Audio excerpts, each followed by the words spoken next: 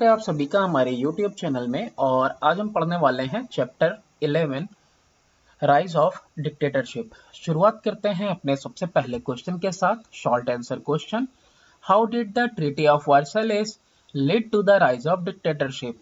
तो किस तरह से ये जो संधि थी वर्साइलेस की वो भी एक कारण बनी तानाशाही के होने आने में।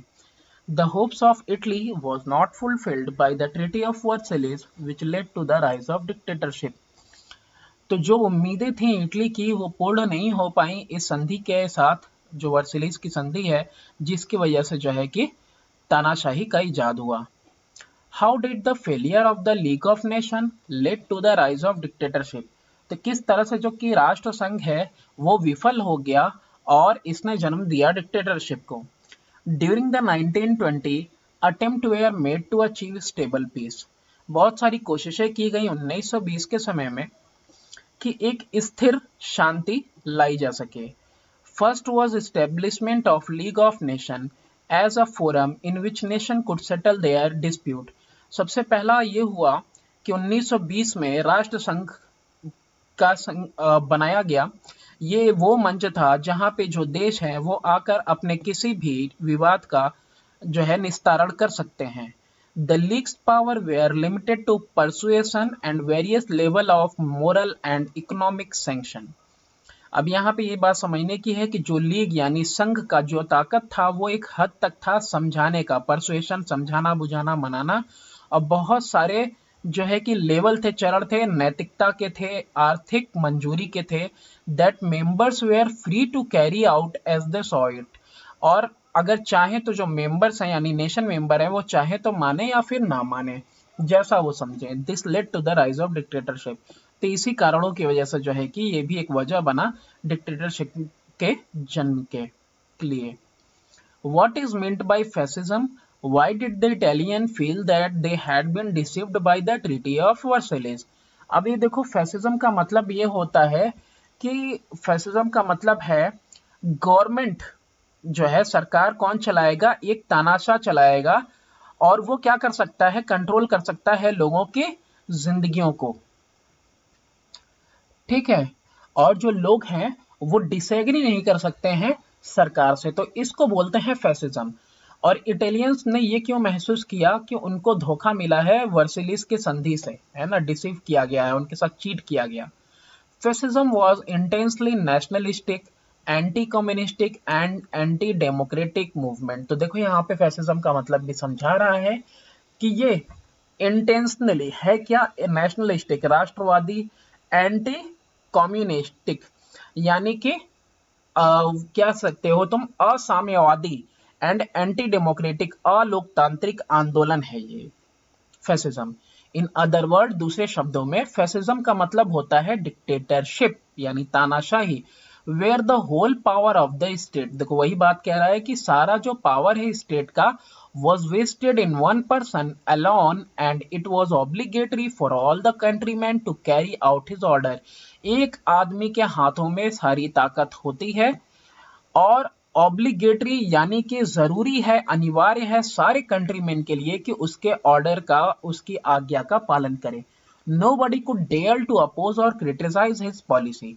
कोई हिम्मत नहीं करेगा उसको क्रिटिसाइज करने का, उसकी जो नीतियां हैं उसकी आलोचना कोई नहीं करेगा। तो ये पूरी तरह से मीनिंग मिल गया फैसिज्म का। People of Italy were unhappy with the treaty of Versailles and feel humiliated. Humiliated का मतलब बेइज्जत होना, बेआबरू होना।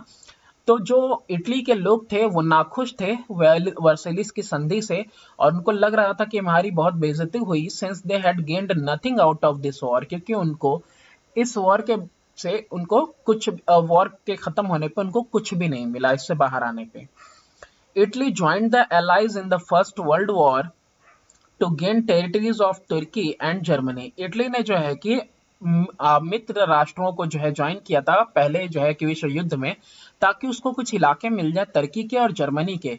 But by the treaty of Versailles, लेकिन वर्साइलेस के संधि के हिसाब से, she would get only southern Tyrol and Trentino. सिर्फ जो है दक्षिणी टायरोल और ट्रेटिनो का इलाका मिला and the coastal region of Dalmatia, Dalmatia का जो है तटीय इलाका मिला, समुद्र के किनारे का। She could get no part of the German and Turkish colonial empire, और उसको कोई हिस्सा जर्मन और टर्किश कॉलोनियल एम्पायर का नहीं मिला, तो इसीलिए जो है कि ये नाखुश था। Next question, how did the economic crisis after the first world war create unrest in Italy. अब ये जो आर्थिक आपदा थी किस तरीके प्रथम विश्व युद्ध के बाद किस तरह से जो है कि अशांति लेके आई इटली में। अनरेस्ट का मतलब होता है अशांति। After the first world War Italy had been in a state of unrest including unemployment. पहले विश्व युद्ध के बाद इटली के अंदर जो है कि बहुत ज्यादा जो है अशांति थी, उथल पुथल थी, जैसे कि अनएम्प्लॉयमेंट बेरोजगारी थी। पीजेंट सीज्ड लैंड्स, अब देखो यहाँ पे किसानों ने जो है जमीनें जब्त कर ली, किससे कर ली, लैंडलॉर्ड से। And workers went on strike, और जो काम करने वाले लोग थे हड़ताल पे चले गए। The economy of Italy became very weak, जो आर्थिक स्थिति है इटली की बहुत खराब हो गई। And this weak economy led to the extremism among the working class of the Italy.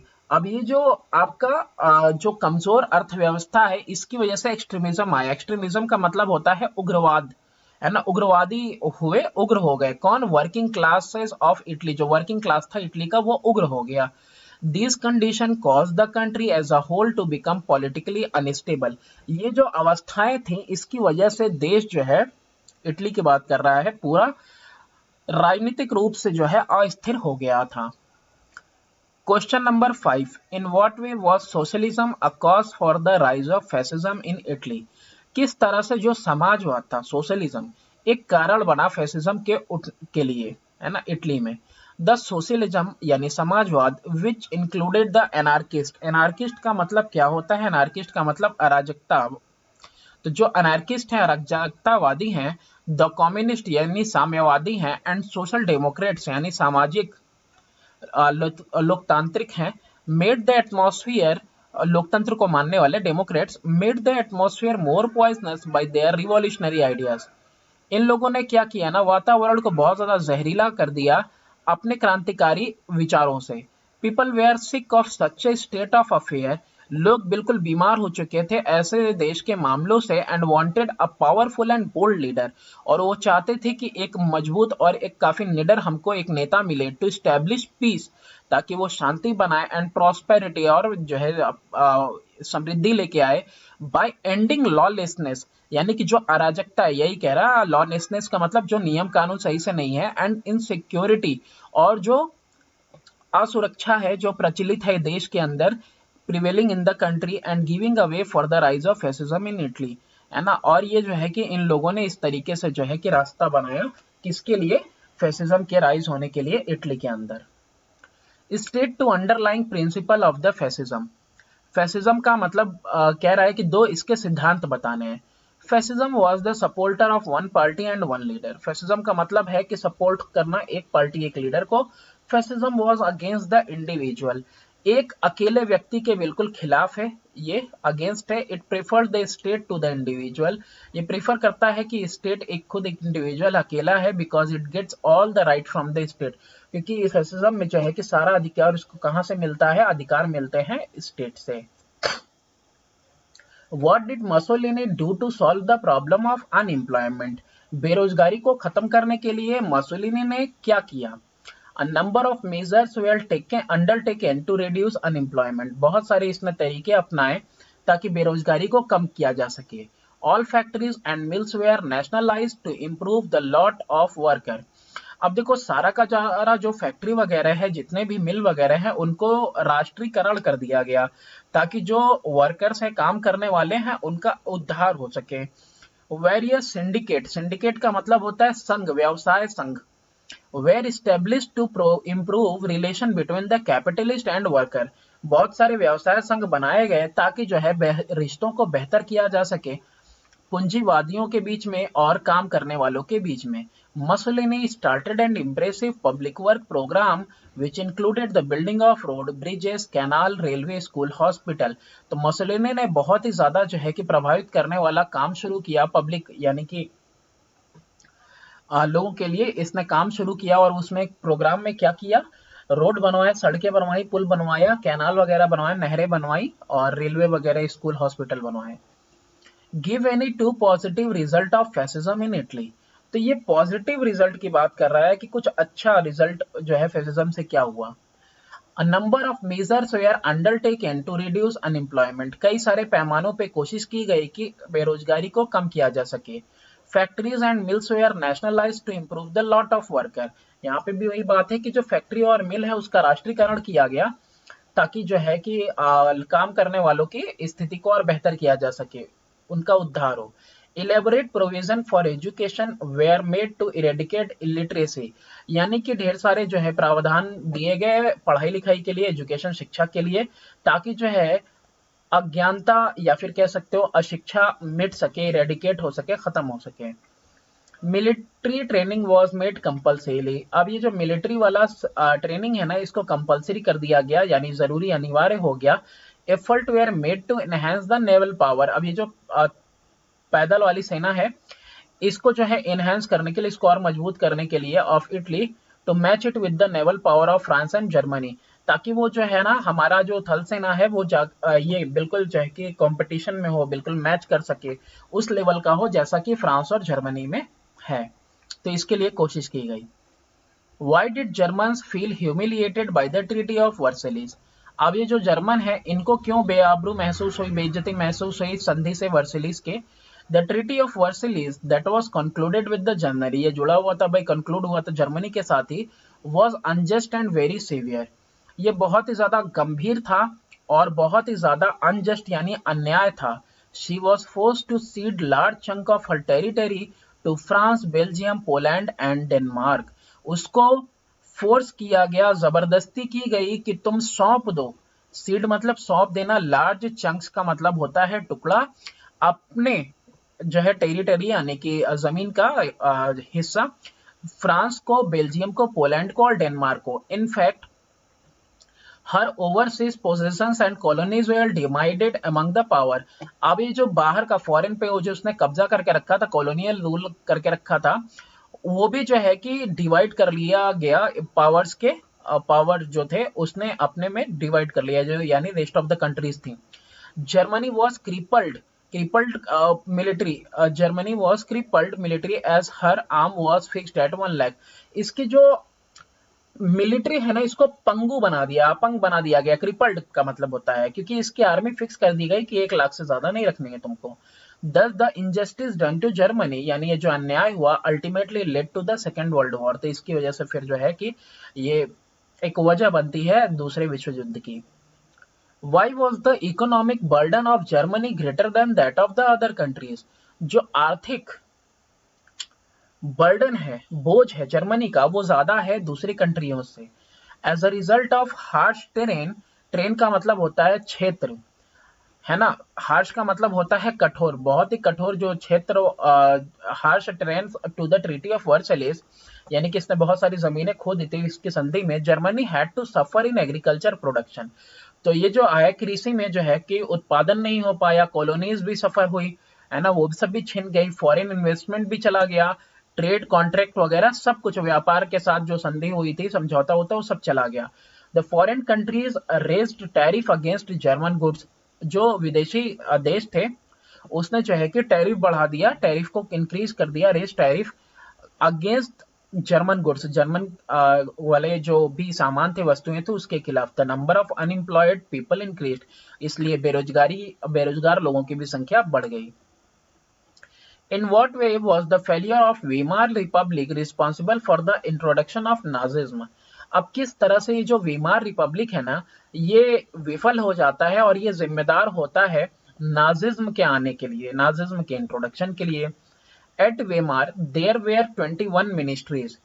देखो वेमार में क्या था कि 21 मिनिस्ट्रीज थी, ठीक है, हेड बाय 12 प्राइम मिनिस्टर, और ये 21 मिनिस्ट्रीज को हेड करते थे, यानी इसके प्रमुख थे 12 प्राइम मिनिस्टर, प्रधानमंत्री, between 1919 and 1933। The successive coalition, यानी कि एक के बाद दूसरा आने वाला क्रमिक successive coalition cabinet were unable to cope with the problem faced by the country. Coalition का मतलब होता है गठबंधन की सरकार। तो देखो अलग अलग मिनिस्ट्रीज हैं, तो गठबंधन की सरकार बन रही थी, एक के बाद दूसरी जो आ रही थी, वो जो है कि कंट्री के प्रॉब्लम के साथ कोप नहीं कर पा रही थी, यानी कि उसको खत्म नहीं कर पा रही थी, जूझ नहीं पा रही थी। There was going popular discontent express through right and attempt German workers party. अब यहाँ पे ना बहुत ही ज्यादा जो है कि लोगों के अंदर जो है गुस्सा था, और जो गुस्सा लोग दिखा रहे थे, अपनी जो है कि नाराजगी जाहिर कर रहे थे दंगों वगैरह से, और अटेम्प्ट हो कर रहे थे, एंड अटेम्प्ट यानी कोशिश हो रही थी किसकी, जर्मन वर्कर पार्टी की। He became its leader and change the name to the National socialist Party. और फिर ये जो है कि लीडर बनते हैं और चेंज करते हैं नाम, नाम चेंज करके कर दिया जाता है इस जर्मन वर्कर्स पार्टी का नेशनल सोशलिस्ट पार्टी, यानी कि राष्ट्रीय सामाजिक पार्टी या फिर Nazi party. Later on in January 30, बाद में जनवरी 30 1933 को ही फॉर्म्ड हिज नाजीज गवर्नमेंट। तो पहली बार ये जो है कि नाजीज गवर्नमेंट अपना बनाते हैं। तो यही जो जर्मन वर्कर पार्टी है आगे चल के बनती है। How did the spread of communism led to the rise of Nazism in Germany? Communism का मतलब पहले ही बताया होता है साम्यवाद। साम्यवाद का मतलब भी समझ लो, यानी हर एक चीज हर एक के लिए है, किसी अकेले का अधिकार उस पर नहीं होगा, किसी का ज्यादा और कम भी अधिकार नहीं है, सबका बराबर अधिकार है। इस तरह की सोच वाले को कम्युनिस्ट कहते हैं, यानी कम्युनिज्म हो गया ऐसी सोच। बीइंग इंस्पायर्ड, हाँ, तो किस तरह से ये जो साम्यवाद का फैलना था, इसकी वजह से नाजिज्म जो है कि खड़े हुए इटली में, अब वो सॉरी जर्मनी में। बीइंग इंस्पायर्ड बाय, प्रोत्साहित होकर रशियन रिवॉल्यूशन से, रशियन क्रांति से, जो कि 1917 एनो डोमिनी में आई।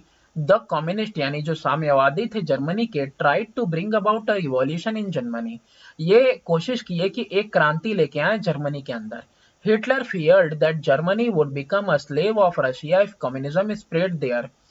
अब हिटलर को यह डर था कि अगर जर्मनी जो है वो एक गुलाम बन के रह जाएगा रशिया का, अगर यहाँ पे भी कम्युनिज्म फैल गया, साम्यवाद पूरी तरह से फैल जाता है। He expose the obstructive result of the communism to his people. अब इसने एक्सपोज किया, एक्सपोज करने का मतलब होता है खुलासा किया, वो सारे ही जो है कि रिजल्ट, यानी वो सारे ही रिजल्ट वगैरह, यानी जो कुछ भी हो सकता है साम्यवाद की वजह से, अपने लोगों को उसके बारे में बताया। ही रोज द नेशनल फीलिंग, उसने जो है कि लोगों के मन में जो है राष्ट्रीय भावना जगाई। एंड इंस्टिगेटेड देम यानी कि उनको उकसाया अगेंस्ट कम्युनिज्म, कम्युनिज्म के खिलाफ। ऑब्स्ट्रक्टिव यानी कि उल्टा जो है कि रिजल्ट कम्युनिज्म का, है ना। तो इसकी वजह से इसने जो है कि लोगों को उकसाया, किसके खिलाफ, कम्युनिज्म के खिलाफ। Give any two feature of Nazism, Nazism की दो विशेषताएं बतानी है। Nazism believe in glorification of the state, यानी कि नाजिज्म में यकीन करते थे महिमा गान पे अपने स्टेट के। It advocated authoritarian and dictatorship, यानी ये वकालत करते थे अधिनायकवाद की। ऑथोरिटेरियन यानी कि जो अथॉरिटी है वही मेन है, वही अहम है, और तानाशाही। It was oppose to democracy, ये बिल्कुल विपरीत थे लोकतंत्र के, लिबरलिज्म उदारवाद के, सोशलिज्म समाजवाद के, और इंटरनेशनलिज्म मतलब अंतरराष्ट्रीयवाद के। ये सब हिंदी के भी शब्द कई बार समझ में नहीं आते हैं। Name the book in which Hitler expressed Nazis principle, कौन सी किताब है जिसमें हिटलर ने जो है कि एक्सप्रेस किया है नाजीज का सिद्धांत। Name the country where the Nazi party came to power in 1933, कि कौन सा देश है जहां पे नाजी पार्टी जो है पावर में आती है 1933 में। Give one positive and one negative result of Nazism in Germany, एक पॉजिटिव और एक नेगेटिव रिजल्ट बताना है नाजिज्म का जर्मनी में। Hitler wrote Mein Kampf his autobiography which gives a detailed account of his ideas and programme. तो इसने किताब लिखी मेन खम कैम्प, जिसमें कि इसने जो है कि अपनी पूरी जो है कि जीवनी लिख डाली, जिसके अंदर जो है कि इसके सारे सिद्धांत वगैरह, इसकी सोच और इसके प्रोग्राम वगैरह सब हैं। इन 1933 Nazi party came in power in Germany, Nazism believed in glorification of the state. 1933 में नाजी पार्टी जो है पावर में किस देश में आती है, जर्मनी में आती है, और ये लोग यकीन करते हैं किसके ऊपर, अपने जो है स्टेट के महिमा गान के ऊपर, इसकी वंदना करने के ऊपर। After becoming the dictator in 1934, जब तानाशाह हुआ 1934 में, Hitler captured all the power, उसने सारी ताकतों पे कब्जा कर लिया। He set up a strong central government, एक मजबूत केंद्र सरकार उसने बनाई। ही डेमोलिश्ड डेमोक्रेसी, डेमोलिस्ट का मतलब होता है ध्वस्त कर देना, लोकतंत्र को पूरी तरह ध्वस्त कर दिया। The basis of his administration was one party one leader and well disciplined administration. तो इसका जो है बुनियाद था इसके शासन का कि सिर्फ एक पार्टी रहेगी, एक नेता रहेगा और एक कुशल अनुशासन वाला जो है एडमिनिस्ट्रेशन यानी प्रशासन वर्क करेगा। क्वेश्चन नंबर 15 कि do you think that the aims of the fascist and Nazist, fascist का मतलब है जो फैसिज्म का पे यकीन करते हैं, नाजिस्ट जो नाजिज्म को यकीन करते हैं, could have brought lasting peace and prosperity to the countries to their countries. तो क्या तुमको लगता है कि जो उद्देश्य फैसिस्ट का था, नाजिस्ट का था, वो जो है एक अनंत काल तक के लिए लास्टिंग पीस, लंबे समय तक के लिए शांति और समृद्धि ला सकता था अपने देश के लिए? Do you agree with these aims those aims, क्या उनके उद्देश्य से तुम सहमत हो? अगर हो तो क्यों हो? नो, सबसे पहला आंसर नहीं भाई नहीं।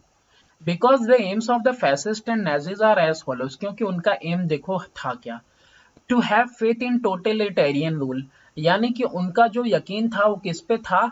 सर्वसत्तावाद पे था, सर्वाधिकारवाद पे था। ठीक है, सबसे पहली चीज है ना, ये टोटलिटेरियन का मतलब होता है। इसके अलावा टू डिस्पाइज, डिस्पाइज का मतलब है घृणा करने के लिए, और ये था कि ये घृणा करते थे डेमोक्रेटिक पॉलिटिकल सिस्टम से, यानी लोकतांत्रिक राजनीतिक वो सिस्टम से ये जो है बिल्कुल घृणा करते थे। The hold that the state is supreme and that could suppress the fundamental right and freedom of individual, ये लोग ये मानते थे कि जो स्टेट है वही सुप्रीम है और ये कभी भी दमन कर सकते हैं जो फंडामेंटल राइट है, जो बुनियादी अधिकार हैं लोगों के और जो आजादी है लोगों की, उसको जो है ये दमन कर सकते हैं कभी भी। To uphold one party and one leader, और इनका यकीन था एक पार्टी एक लीडर पे, जबकि ये कभी भी नहीं होता। एक आदमी के हाथ में पावर चली जाएगी तो वो उसका मिसयूज करेगा ही करेगा। To believe in aggressive nationalism and imperialism, और ये बिल्कुल उग्र राष्ट्रवाद पे और साम्राज्यवाद पे यकीन करते थे। To regard war as an instrument of fathering national interest, या फर्दरिंग होगा इन नेशनल इंटरेस्ट, ये मानते थे कि जो वॉर है, लड़ाई झगड़ा है, ये क्या करेगा? फादरिंग ऐसा ही है कि आगे बढ़ाएगा, नेशनल इंटरेस्ट के हित में है, यानी कि राष्ट्र के हित में है। To uphold intensely nationalistic and anti communist and anti democratic rule, और ये जो है कि एकदम तीव्र रूप से इंटेंसली जो है राष्ट्रवादी, एंटी कम्युनिस्ट, असाम्यवाद और एंटी डेमोक्रेटिक अलोकतांत्रिक रूल को जो है कि ये लोग मानते थे और इसको होल्ड करके रखते थे। तो क्या तुम इनके एम से सहमत हो? नहीं, मैं नहीं सहमत हूँ। I believe in non violence, मैं अहिंसा पे यकीन करता हूँ और डेमोक्रेटिक सेटअप पे, जैसा अपने भारत देश में लोकतांत्रिक है, लोकतंत्र है। Question number 16, did the totalitarian governments have an appeal to the masses? Why?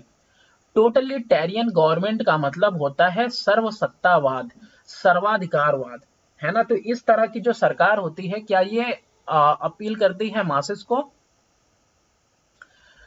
तो देखो यहाँ पे मतलब ये लोग इसको पसंद करते हैं। Totalitarian is a political system, ये एक ऐसा पॉलिटिकल सिस्टम है where the state usually under the control of a single political person, जिसमें जो स्टेट पूरा राज्य होता है सिर्फ एक पॉलिटिकल पर्सन, एक राजनीतिक इंसान के हाथ में रहता है, फैक्शन या फिर ये किसी गुट के हाथ में या फिर class. Recognises no limits of its authority, वो जो है कि कोई भी हद नहीं जानती है अपने ऑथोरिटी का, कोई मतलब अनहद है, बेहद है। And strive to regulate every aspect of public and private life wherever possible, तो हर जगह पे ये लोग क्या करते हैं? कोशिश करते हैं। स्ट्राइव का मतलब होता है कोशिश करते हैं नियंत्रित करने की लोगों की निजी जिंदगी और सार्वजनिक जिंदगी, जहां तक भी पॉसिबल हो सके। क्वेश्चन नंबर 7 है कि mention two underlying similarities between fascism and Nazism, दो सिमिलरिटीज बतानी है फैसिज्म और नाजिज्म के बीच में। तो fascism and Nazism were totally against democracy, दोनों ही लोकतंत्र के बिल्कुल खिलाफ थे। They laid stress on duties and obligation unlike democracy, तो वो चीज है स्ट्रेस देते थे किसके ऊपर? ड्यूटीज के ऊपर और अनिवार्यता के ऊपर, ऑब्लिगेशन के ऊपर, और ये जबकि डेमोक्रेसी में नहीं होता। They laid stress on right and liberties of people, ये स्ट्रेस देते थे किसके ऊपर? अधिकारों के ऊपर और आजादी के ऊपर, लोगों की जिंदगी के। Rule of single party and single leader, और ये इनका भरोसा था कि भाई एक पार्टी हो, एक नेता हो विथ फुल अथॉरिटी और उसके पास सारी ताकत हो। Why did some countries lose faith in democratically elected government? लोकतांत्रिक रूप से जो चुने हुई सरकारें थी उसके ऊपर कुछ कंट्रीज ने, देश ने भरोसा क्यों खो दिया? वन ऑफ द विक्टर्स, एक जो विजेता था, स्टेटेड, उसने स्टेट किया, aims in the world war one विश्व युद्ध में जो है कि उद्देश्य बताया, आई हैड वो world war one had been to make the world safe for democracy, कि उसका उद्देश्य है वर्ल्ड वॉर वन का क्या उद्देश्य था कि भाई हम दुनिया को सेफ बनाए, सुरक्षित बनाए, किसके लिए? लोकतंत्र के लिए। And post war Germany adopted a democratic constitution, और जब वह जंग खत्म होने के बाद जर्मनी में ने अडॉप्ट भी कर लिया लोकतंत्र को। As did most of the other state, दूसरे सारे बहुत सारे स्टेट्स ने किया। रिस्टोर्ड और क्रिएटेड आफ्टर द वॉर, इसने रिस्टोर किया लोकतंत्र या फिर जो है कि अपना लोकतांत्रिक बना लिया खुद को। In 1920, however, the wave of future appeared to be a form of nationalistic, militaristic, totalitarian known by Italian name fascism. किसी तरीके से 1920 में एक हवा चली है ना भविष्य की, और जो कैसे अपीयर हुई, कैसे प्रतीत हुई कि नेशनलिस्टिक, राष्ट्रवादी, मिलिटरिस्टिक, टोटलिटेरियनिज्म यानी सर्वसत्तावाद, जिसको कि इटालियन नेम में क्या कहा गया? फैसिज्म, है ना, ये इसकी हवा चली। It promise to minister the people's want more effectively than democracy. अब यहाँ पे देखो, इसको समझने का है। मिनिस्टर का मतलब होता है प्रबंध करना, है ना, लोगों की जिंदगियों में जो भी जरूरतें हैं उसको उसका वो प्रबंध करेगी। वादा किया कि हम लोगों की जिंदगियों में जो भी चाहते हैं उनकी उसका प्रबंध करेंगे ज्यादा अच्छे रूप से, है ना, ज्यादा इफेक्टिवली देन डेमोक्रेसी, डेमोक्रेसी से भी बेहतर। And presented itself as one of the sure defence against communism, और अपने आप को इन्होंने जो है कि प्रेजेंट किया, सामने रखा कि हम जो है कि एकदम बिल्कुल निश्चित रूप से एक सुरक्षा है, डिफेंस है, रक्षा है अगेंस्ट कम्युनिज्म, साम्यवाद से। Benito Mussolini establish the first fascist dictatorship in Italy 1922।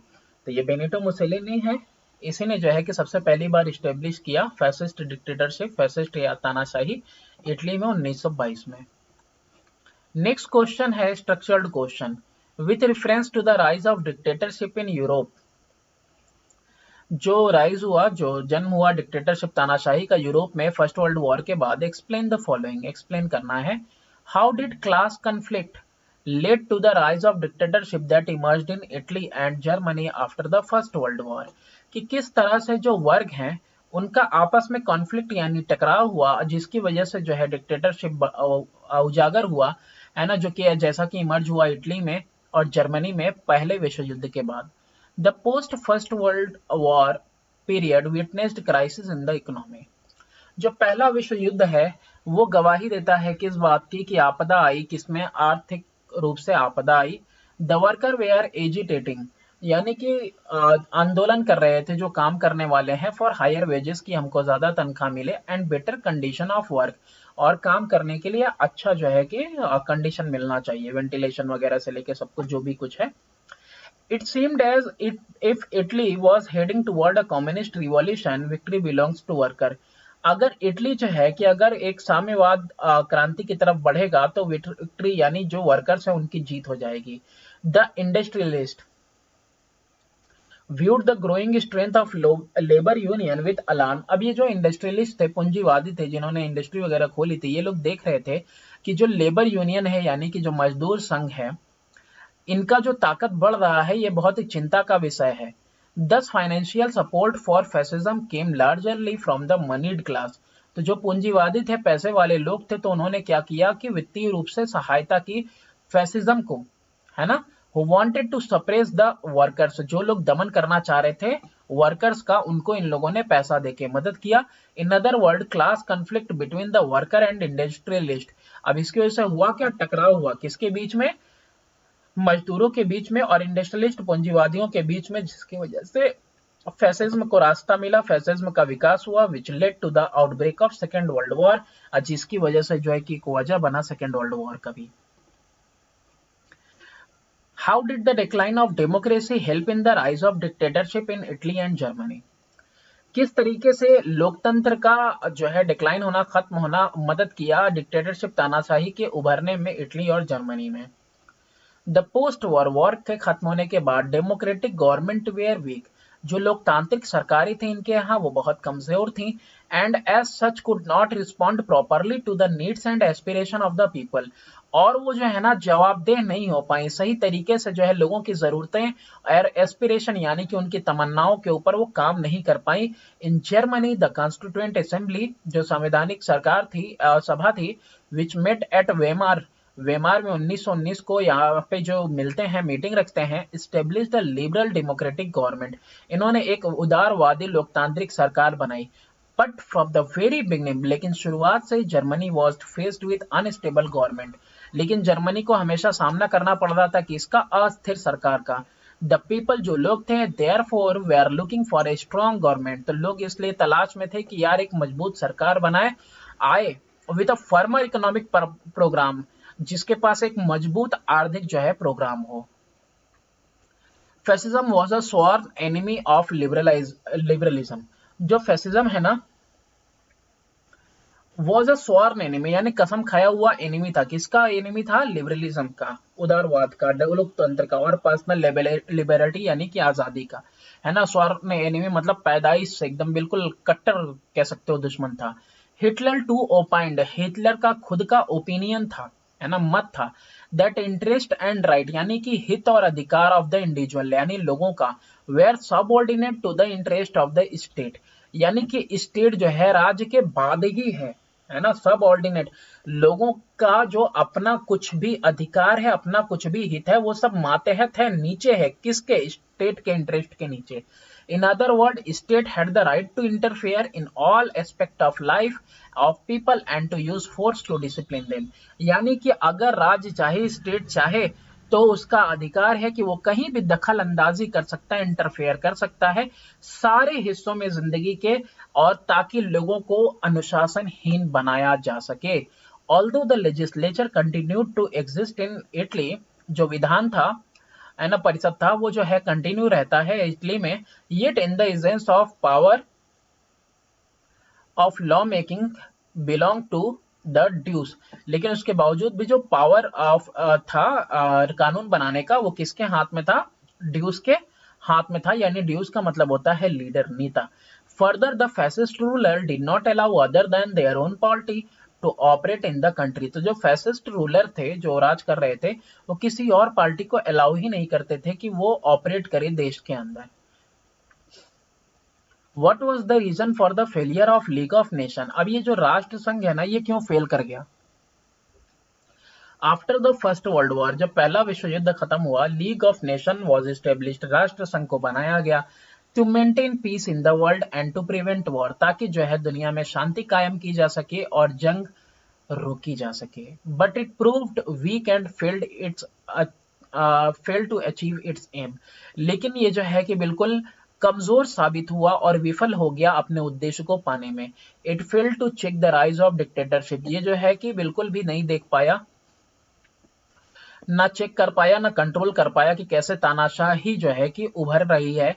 Had it acted well in time, अगर इसने सही तरीके से एक्ट किया होता, काम किया होता समय में, the ambitions plans of Mussolini and Hitler would not have materialise, तो यहाँ पे जो मटेरियलाइज्ड का मतलब होता है घटित होना, तो जो भी सोच था, एम्बिशंस प्लान था मुसोलिनी का और हिटलर का, वो सब जो है कि घटित नहीं हो पाता अगर सही तरीके से काम किया होता राष्ट्र संघ ने। सेकंड क्वेश्चन है, ड्यू टू फैसिज्म, फैसिज्म की वजह से, फैसिज्म बताया जा चुका कि एक आदमी कंट्रोल करेगा हर एक की जिंदगी पे, कोई भी आदमी सरकार को अपोज नहीं कर सकता। Italy made progress in different sphere, जो है कि अलग अलग स्फेयर में, स्फेयर का मतलब समझते हो आप? क्षेत्र में, अलग अलग क्षेत्र में जिंदगी के, and became powerful nation, Italy ने बहुत ज्यादा विकास किया अलग अलग क्षेत्रों में जिंदगी के, और एक मजबूत पावरफुल नेशन, राष्ट्र बना। With reference to the result of fascism in Italy, तो फैसिज्म से क्या हुआ इटली के अंदर? एक्सप्लेन द फॉलोइंग, तो आपको इसको एक्सप्लेन करना है। Reform introduced in Italy to improve the economic condition of the people, बहुत सारे सुधार किए गए, इंट्रोड्यूस किए गए, कहाँ पे? इटली के अंदर, ताकि लोगों की जो आर्थिक स्थिति है उसको सुधारा जा सके। Reform introduced in Italy to improve the economic condition of people, सुधार किए गए ताकि लोगों की आर्थिक जिंदगी बदले। तो इसमें देखो हुआ क्या, the fascist under Benito Mussolini, जो फैसिस्ट थे, फैसिज्म को मानने वाले बेनिटो मुसोलिनी के अंदर, ग्लोरीफाइड वॉर, इन्होंने गुणगान किया वॉर का, जंग का। And stood for imperialistic expansion, और ये खड़े हुए साम्राज्य के एक्सपेंशन के लिए कि साम्राज्य बढ़ना चाहिए। In March 1936 the Italian troop reached near Ethiopian capital Addis Ababa. 1936 को तुम देख सकते हो कि इटालियन के जो सैनिक हैं वो पहुंच जाते हैं इथोपियन कैपिटल के पास यानी एडिस एडाबा में। On 2 May the emperor fled, और 2 मई को जो एम्परर होता है वो भाग जाता है।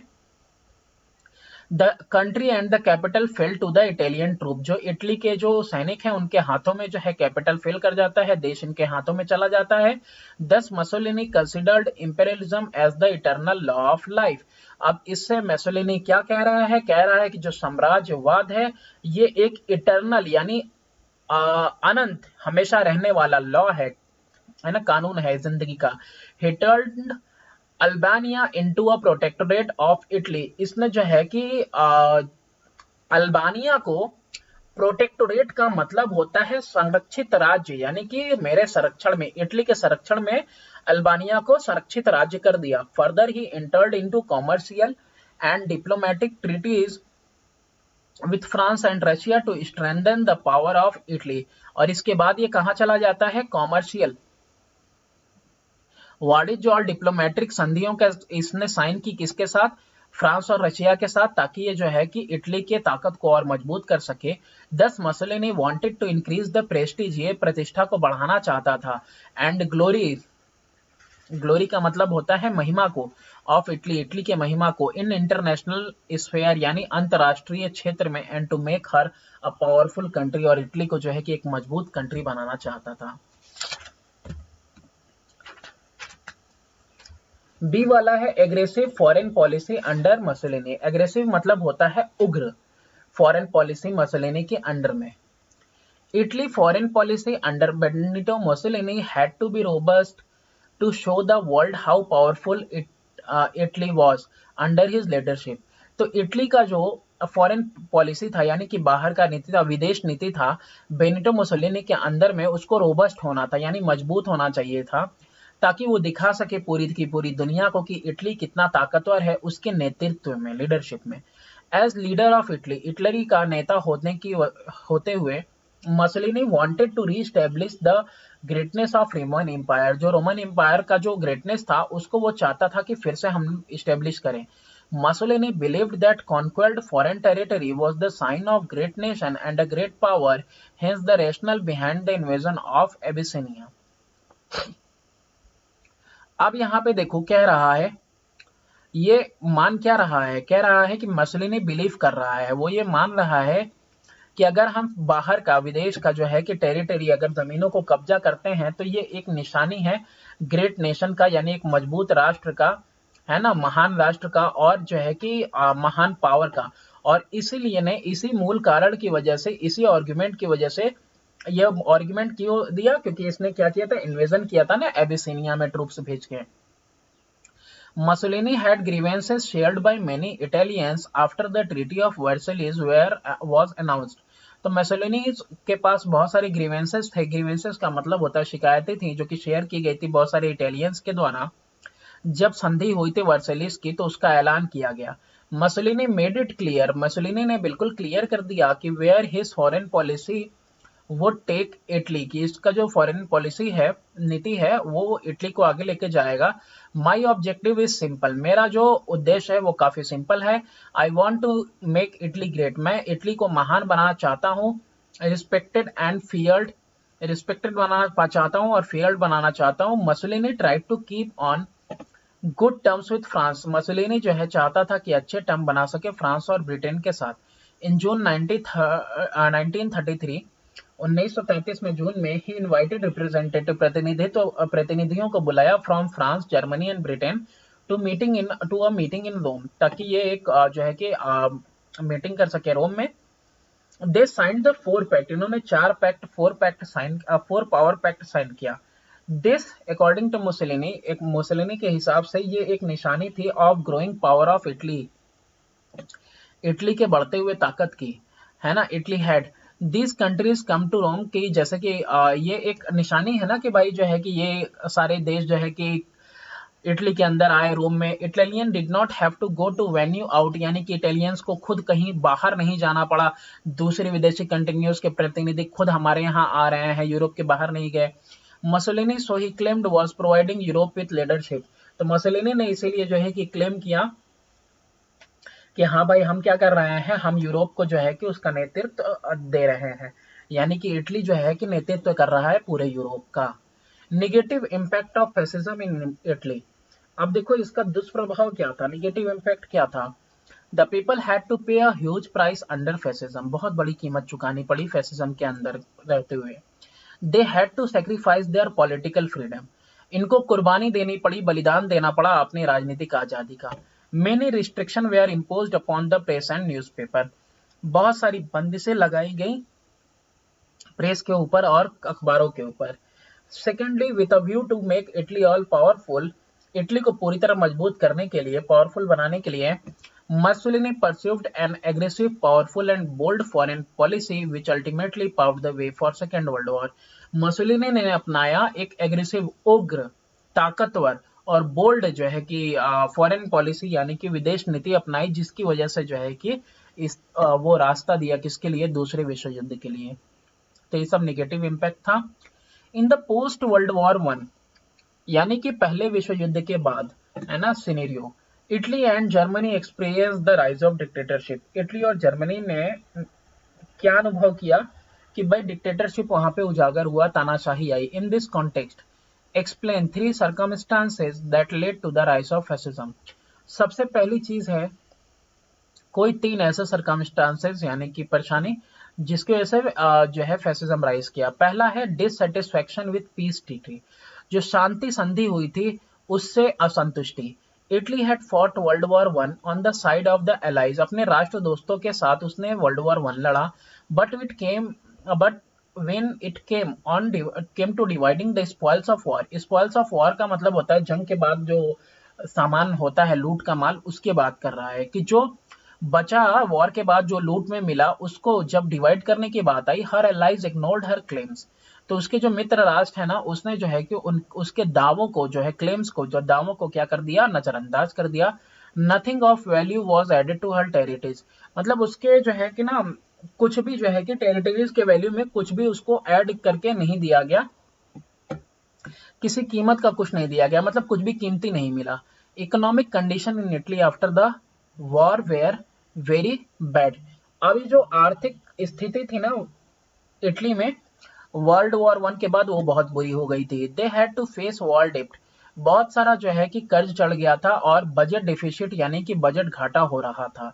There was post war inflation, अब वॉर के बाद क्या हो रहा था, इन्फ्लेशन, मुद्रास्फीति आ गई थी, which affected the farmer and industrial workers adversely, जिसने बुरी तरीके से किसानों को और इंडस्ट्री के वर्कर्स को अफेक्ट किया, दुष्प्रभाव डाला। देयर वॉज अनएम्प्लॉयमेंट, बेरोजगारी बढ़ गई, विच लेफ्ट द यूथ एजिटेटेड, जिसकी वजह से जो नौजवान है बिल्कुल क्रोधित हो गए थे, एजिटेटेड थे। ओवर टॉप ऑफ इट, सबसे टॉप पे it, there were agrarian riot and strike in factories, agrarian मतलब कृषि वाले लोग, है ना, उनका जो दंगा वगैरह भड़का कहाँ पे, फैक्ट्रीज के, और हड़तालें हुई फैक्ट्रीज में। The democratic government was inefficient, जो लोकतांत्रिक सरकार थी वो कुशल नहीं थी और बहुत ही ज्यादा करप्ट थी, भ्रष्ट थी। So could not meet or respond properly to needs of people, तो इसलिए वो जो है कि रिस्पॉन्ड नहीं कर पाई सही तरीके से लोगों की जरूरतों के प्रति। The government was unable to control, ना ही वो नियंत्रण कर पाई, ना ही वो प्रभावित कर पाई चीजों को, influence things, and people turn to totalitarian ideas, यानी कि सर्वसत्तावाद की तरफ लोगों का जो है कि दिमाग घुमा। इंपेरियलिस्ट यानी कि जो साम्राज्यवाद वाला जो आउटलुक नजरिया था वो फैलाया गया, किसके वजह से, मुसोलिनी की वजह से, तो लोग जो है इसकी तरफ आकर्षित हुए।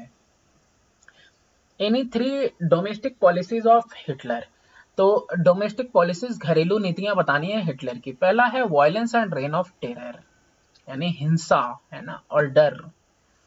Hitler crushed all political opposition, जितना भी जो है कि राजनीतिक ऑपोजिशन था सबको हिटलर ने जो है खत्म कर दिया, क्रश कर दिया। The Nazi party was left as the only legitimate party in Germany, सिर्फ एक ही लेजिटिमेट का मतलब क्या होता है, लेजिटिमेट का मतलब होता है हलाल जिसको कह सकते हो, यानी वैधानिक पार्टी बस एक ही बची थी जर्मनी की, वो नाजी पार्टी जर्मनी में। The freedom of press had gone, अब प्रेस को कोई आजादी नहीं थी। The school, the radio, the cinema and literature all served nothing but Nazi cause and Germany became a totally a police state. अब यहाँ पे जितना भी स्कूल है, कॉलेज है, रेडियो है, टेलीविजन है, सिनेमा है, ये सब का सब जो है ना, ये किसके बारे में वो गुणगान कर रहे हैं, नाजी कॉज के बारे में। और जर्मनी जो है बिल्कुल एक पॉलिस स्टेट हो गया, यानी आरक्षी राज्य हो गया। The secret police controlled all aspect of man's life, ये जो गुप्त पुलिस थी ये कंट्रोल करती थी सारे के सारे लोगों की जिंदगियों को, हर एक एक्सपेक्ट। एंटीसेमिटिज्म और हेट्रेड फॉर ज्यूज, एंटीसेमिटिज्म का होता है सामीवाद, यानी कि एंटीसेमिटिज्म का मतलब कह सकते हो कि यहूदियों से नफरत, है ना, या फिर दे भी दिया hatred for Jews. Hitler invented the myth of superior Aryan race to make drastic step against Jews, Hitler ने इन्वेंट किया, यानी कि इन्वेंशन की इजाद किया, मिथ इजाद किया, है ना, यानी कि गलत तथ्य कि जो आर्यन रेस का कि of the superior Aryan race to take drastic step, कि सुपीरियर आर्यन रेस को होने के लिए क्या करना पड़ेगा, ड्रास्टिक बहुत सारे जो है ऐसे कदम उठाने पड़ेंगे ज्यूज के खिलाफ। ही ब्लेम्ड द ज्यूज, उन्होंने ब्लेम किया, इल्जाम लगाया ज्यूज के ऊपर, for all the ills of Germany, Germany में जो भी दिक्कतें हैं वो ज्यूज की वजह से हैं। इट्स डिफीट इन वॉर, हारे भी उसी की वजह से, आर्थिक बर्बादी भी ज्यूज की वजह से है, its economic ills.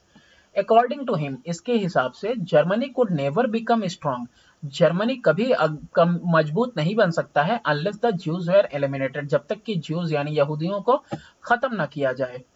He force them out of job, निकाल दिया नौकरी से। कन्फिस्केटेड देयर बिजनेस, उनका बिजनेस जब्त कर लिया। And in 1935 deprived them of their German citizenship, और उनको जो है कि बिल्कुल, हाँ, क्या कह सकते हो, डिप्राइव्ड का मतलब होता है वंचित कर देना, वंचित कर दिया जर्मन सिटीजनशिप से, नागरिकता भी खत्म कर दी। In 1938 the Nazis attack Jewish home, नाजियों ने जो है कि ज्यूइश के घरों पे आक्रमण किया, दुकानों पे। एंड साइनागॉग्स, साइनागॉग्स का मतलब है जो यहूदियों की मस्जिदें थी जहां पे वो उपासना करते थे, उन जगहों पे भी आक्रमण हुआ। इन अ फाइनल सॉल्यूशन में Hitler ordered large scale murder of the Jews, बड़े पैमाने पे इसने ज्यूज का मर्डर किया। फ्रॉम 1942 ऑनवर्ड, 1942 से thousand of Jews where killed in gas chamber, हजारों ज्यूज को जो है कि गैस चैम्बर में मार दिया गया, बिल्ट स्पेशली फॉर देम, और बनाया ही उन्हीं के लिए गया था। तीसरा देखते हैं, Hitler could do all this because he assumed all power bye quick and decisive action. अब ये सारा कुछ ऐसा क्यों कर पा रहा था, क्योंकि हिटलर जो है कि एज्यूम करता था, रखता था सारा का सारा पावर उसके हाथ में था, और जो है कि जल्दी, है ना, जल्दी क्या करता था वो, निर्णायक डिसीजन, निर्णय जो लिया उसके ऊपर तुरंत एक्शन ले लेता था। हे अट्रैक्टेड द मिडिल क्लास, इसने जो है कि मिडिल क्लास को अपनी तरफ आकर्षित किया, नौजवानों को और अफसरों को, ब्यूरोक्रेट्स को एंड आर्म्ड फोर्सेस को, to the Nazi movement, Nazi आंदोलन के लिए। Strike and lock out were forbidden in Germany, कोई हड़ताल, किसी तरह का तालाबंदी अब जर्मनी में नहीं होगा।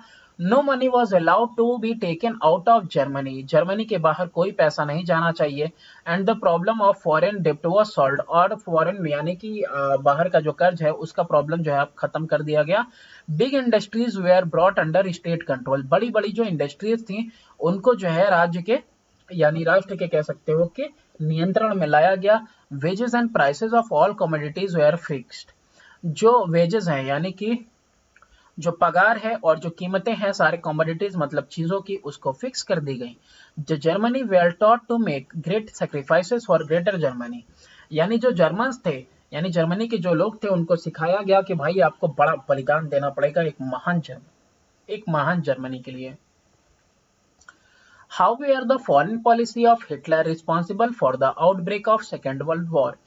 किस तरह से जो विदेश नीतियां थी हिटलर की वो जिम्मेदार है सेकेंड वर्ल्ड वॉर के लिए। तो देखते हैं फॉरेन पॉलिसी हिटलर का। Hitler preached the gospel of war, यानी कि हिटलर ने जो है कि प्रचार किया गॉस्पेल ऑफ वॉर, यानी वॉर का जो कह सकते हो जैसे बाइबल इंजील होता है उस तरीके से गॉस्पेल, है ना, ईसा मसीह द्वारा जो मान्यताओं का दिया हुआ, मतलब कह सकते हो यहाँ पे शॉर्ट फॉर्म में कि हिटलर ने सिखाया, धर्म शिक्षा सिखाई, ठीक है, धर्म शिक्षा सिखाया किसका, वॉर का, जंग का।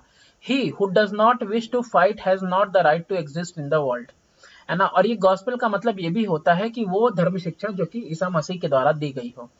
तो इसमें ये कहा जा रहा है कि जो लड़ना नहीं चाहता है उसको दुनिया में रहने का भी कोई अधिकार नहीं है। ही सेड, इसने कहा, he broke all the terms of treaty of Versailles and openly began to build up a strong German army.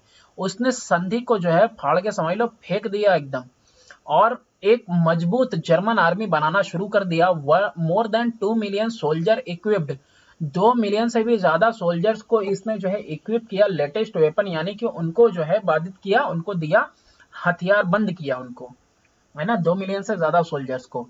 He set out the concept of pan German unity, इसने सेट आउट किया concept pan German unity का, कि जैसे पहले के जमाने में Germany का यूनिटी था, यानी बड़ा था Germany. It meant Germany, Austria, Poland,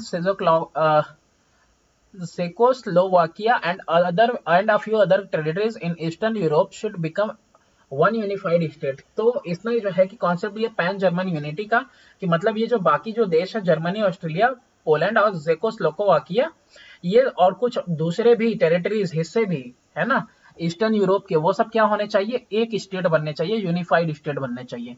of course this could not be achieved, हाँ जाहिर सी बात है इसको अचीव नहीं कर पाया without a conquest of all this region. ये सब अचीव नहीं किए जा सकते हैं कॉन्क्वेस्ट के बिना, यानी जंग के बिना, है ना, इन सारे क्षेत्रों को हम नहीं पा सकते।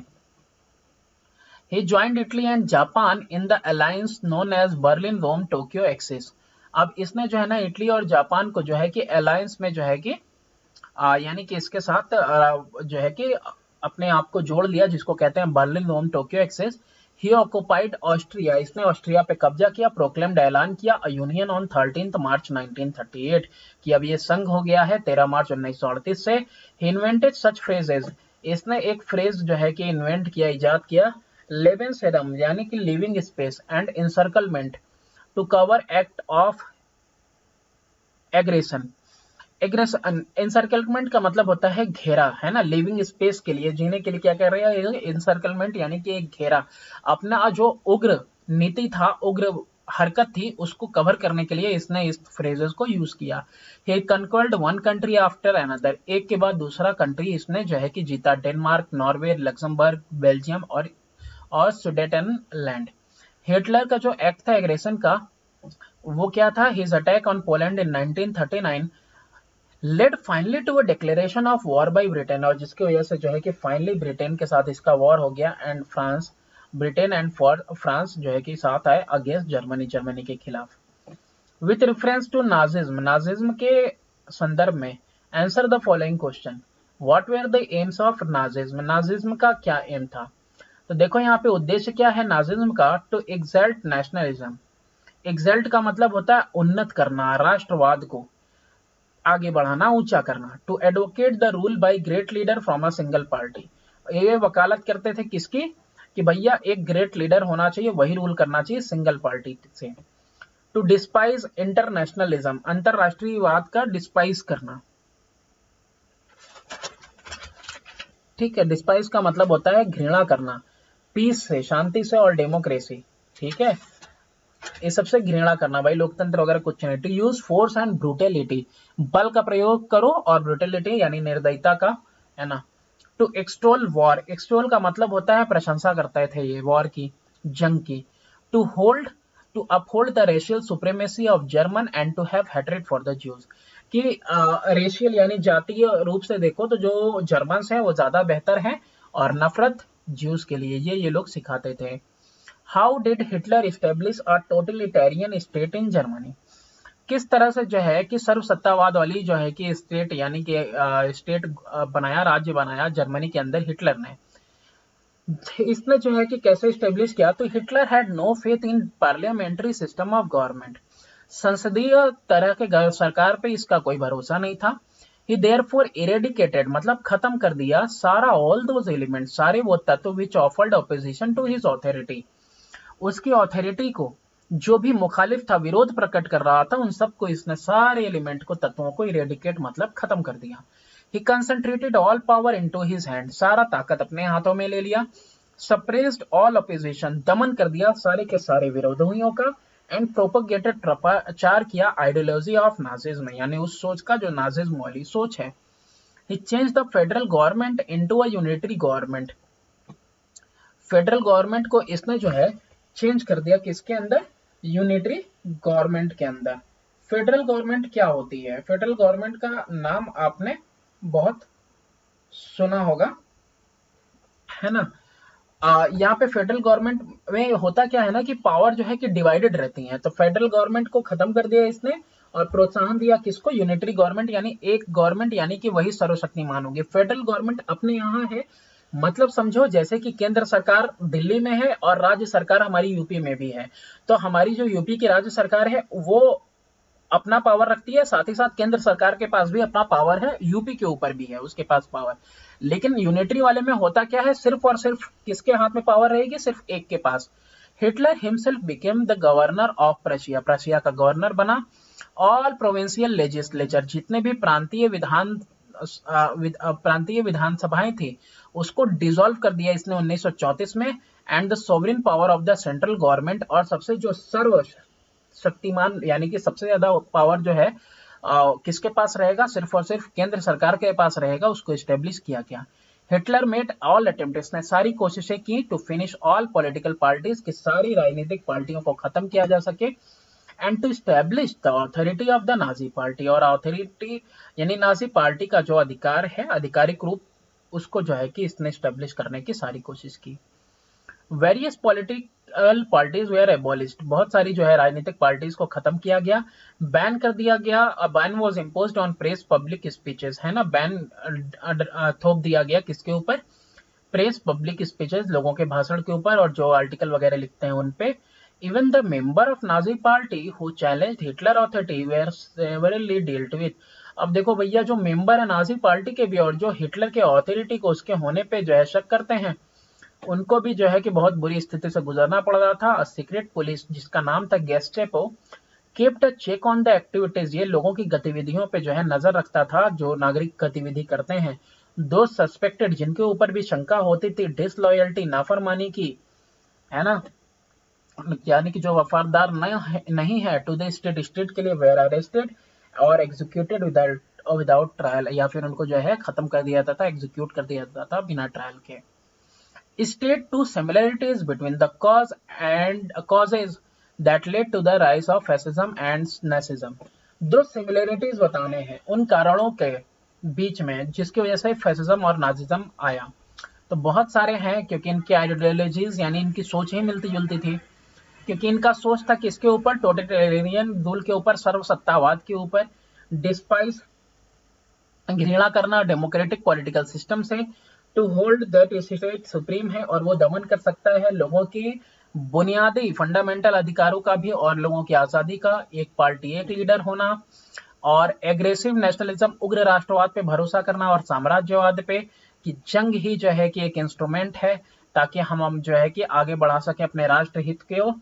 To uphold the intentionally nationalistic, और ये मानते थे कि इसके ऊपर जो है कि तीव्र नेशनलिस्ट, राष्ट्रिक, एंटी कम्युनिस्ट यानी असाम्यवाद, और एंटी डेमोक्रेटिक यानी कि अलोकतांत्रिक। With reference to the cause of rise of fascism in Italy, इसके संदर्भ में जो फैसिज्म राइज के इटली में, answer the following question. What were the difficulties faced by democratic government in Italy, Italy के अंदर जो लोकतांत्रिक सरकार थी उसको क्या दिक्कतें पेश आई। Democracy was introduced in Italy for the first time in 1919, पहली बार 1919 में इलेक्शन हुआ और इटली जो है कि इंट्रोड्यूस किया गया, डेमोक्रेसी को इंट्रोड्यूस किया गया इटली में। Fail to give a clear majority to a single party, अब ये जो चुनाव हुआ इसने किसी एक सिंगल पार्टी को मेजोरिटी देने में, ये जो चुनाव है वो विफल हो गया, मतलब कोई एक पार्टी ऐसा नहीं कि बहुत सारे मतों से जीत गई हो। एज अ रिजल्ट, अब इसकी वजह से हुआ क्या, देयर वॉज कंप्लीट इनस्टेबिलिटी, यानी अस्थिरता आ गई कंट्री के अंदर। एंड बिटवीन 1919 एंड 1933 होगा, 6 coalition government were formed in Italy, 6 coalition government बनती है कहां पे, इटली के अंदर बनती है। क्वेश्चन नंबर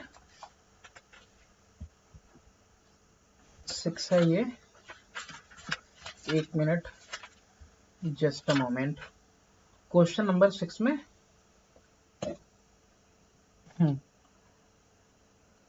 19 से लेकर 1922 होना चाहिए यहाँ पे, ठीक है। तो ऐसे में 6 कोalition गवर्नमेंट बनती है इटली के अंदर। The various political parties had different policies and program. अलग अलग जो पॉलिटिकल राजनीतिक पार्टियां हैं उनका अलग अलग नीति है, अलग अलग प्रोग्राम है। And there was no continuity in their policies, और उनकी नीतियां जो है कभी लंबे समय तक लागू नहीं रह पाती हैं, भाई कोई कंटिन्यूटी नहीं रह पाती है। They were are unable to deal effectively, है ना, कि मतलब सफलतापूर्वक ये जो है कि डील नहीं कर पाए उन प्रॉब्लम्स के साथ, जो प्रॉब्लम है बेरोजगारी की, हड़ताल की, दंगों की, विच टुक प्लेस ड्यूरिंग 1921 से 1922। यही चीज यहाँ भी होगी। This situation was fully exploited. अब ये जो स्थिति है इसका शोषण किया गया फैसिस्ट के द्वारा, यानी वो लोग जो फैसिज्म पे भरोसा करते हैं, अंडर द लीडरशिप ऑफ मसोलिनी, यानी किसके नेतृत्व में, मसोलिनी के नेतृत्व में, who gave the people idea of providing a strong national government, और इसने आइडिया दिया लोगों को किसका, एक स्ट्रॉन्ग नेशनल गवर्नमेंट का। Why were the Italians disappointed by the Treaty of Versailles?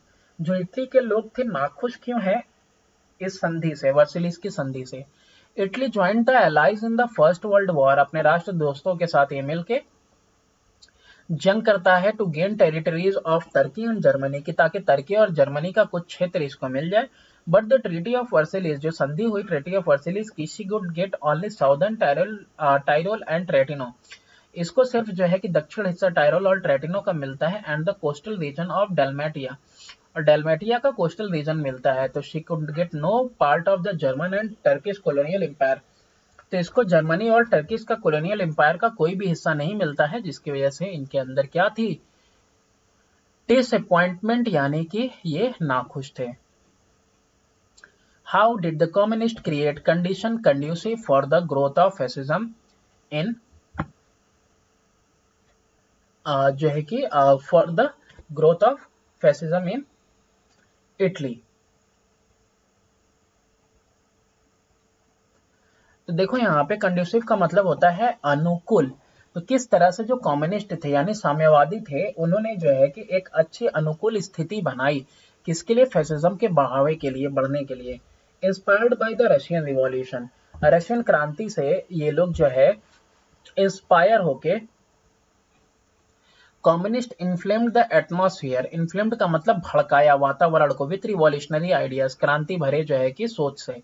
Peasant took away the land from landlord, जो peasant किसान है उसने जमीनें जब्त कर ली लैंडलॉर्ड से। वर्कमैन ऑर्गेनाइज्ड टू स्ट्राइक्स, जो काम करने वाले लोग थे उन्होंने जो है हड़ताल कर दिया। डैमेज्ड मशीन, तोड़फोड़ की। Took hold of the factories, factories पे कब्जा किया। The communist began to devise new plans of overthrowing the government and capturing power. अब ये जो साम्यवादी हैं अब वो लोग शुरू कर दिए डिवाइस करना, सोचना, एक नया प्लान वगैरह बनाना कि किस तरह से जो है इस सरकार को यहाँ से उठाया जाए और ताकत अपने हाथ में ली जाए।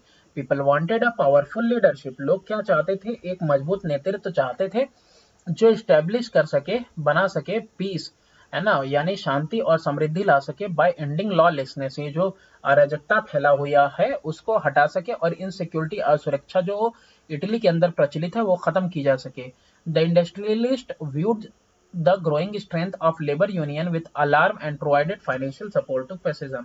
अब जो इटली के पूंजीवादी थे, इंडस्ट्रियलिस्ट थे, उन्होंने क्या देखा कि यार ये जो मजदूर संघ बढ़ता चला जा रहा है ये बहुत चिंता का विषय है, और इसलिए इन लोगों ने क्या किया, पैसे के साथ सपोर्ट किया, पैसे से फैसिज्म मानने वालों का।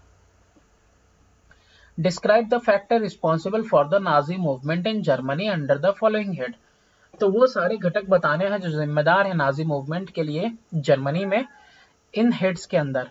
Humiliation due to treaty of Versailles, जो बेआबरू बेइज्जती हुई, है ना, ह्यूमिलिएशन किया गया संधि से, वर्सिलिस के। तो defeat in the first world war and the condition imposed by the treaty of Versailles made the German feel humiliated and helpless, है ना, कि मतलब जैसे कि अब कोई मददगार नहीं है उनका, ऐसा उनको महसूस हुआ, मतलब कि जैसे अब कोई मदद नहीं कर पा रहे थे वो खुद की।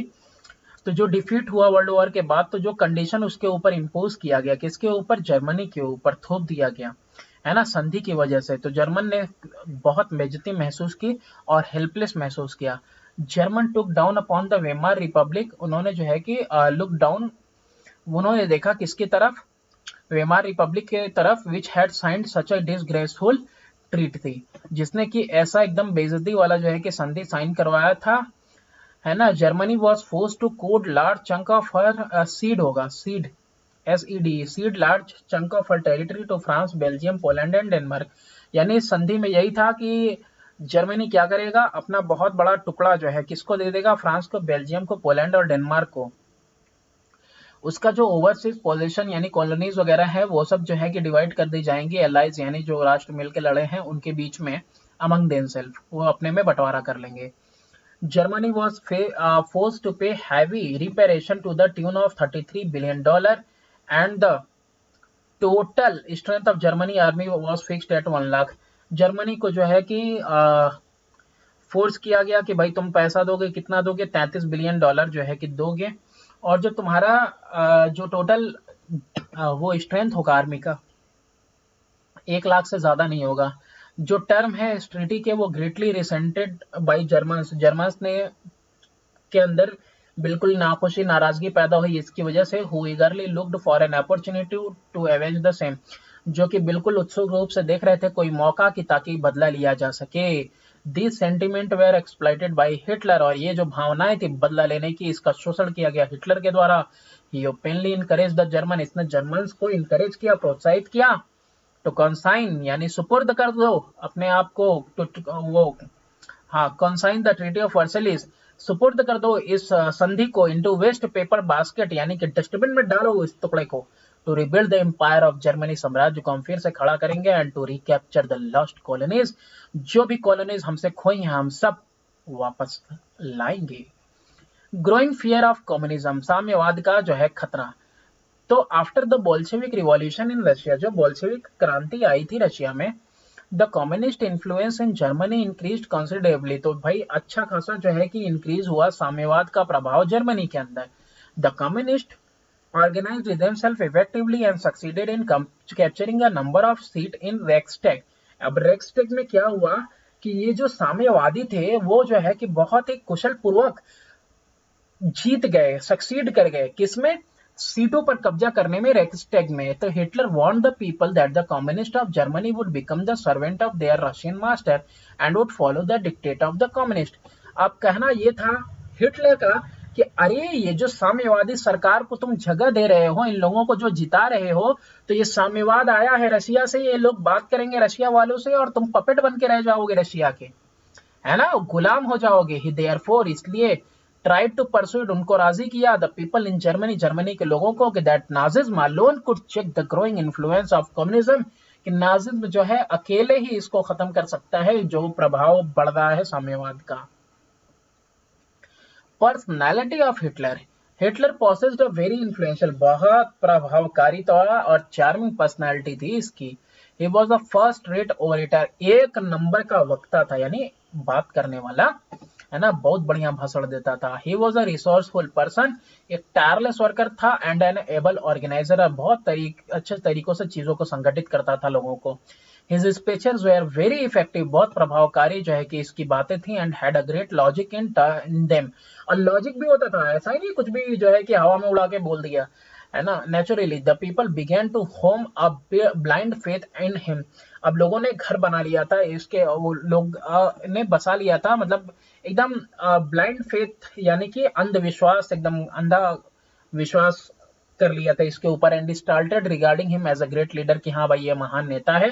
It has been rightly said, और ये सही कहा गया, of propaganda he was past master, कह रहा है कि प्रचार करने में जो है ना कि ये सबसे जो है कि उस टाइम में सबसे बड़ा मास्टर था।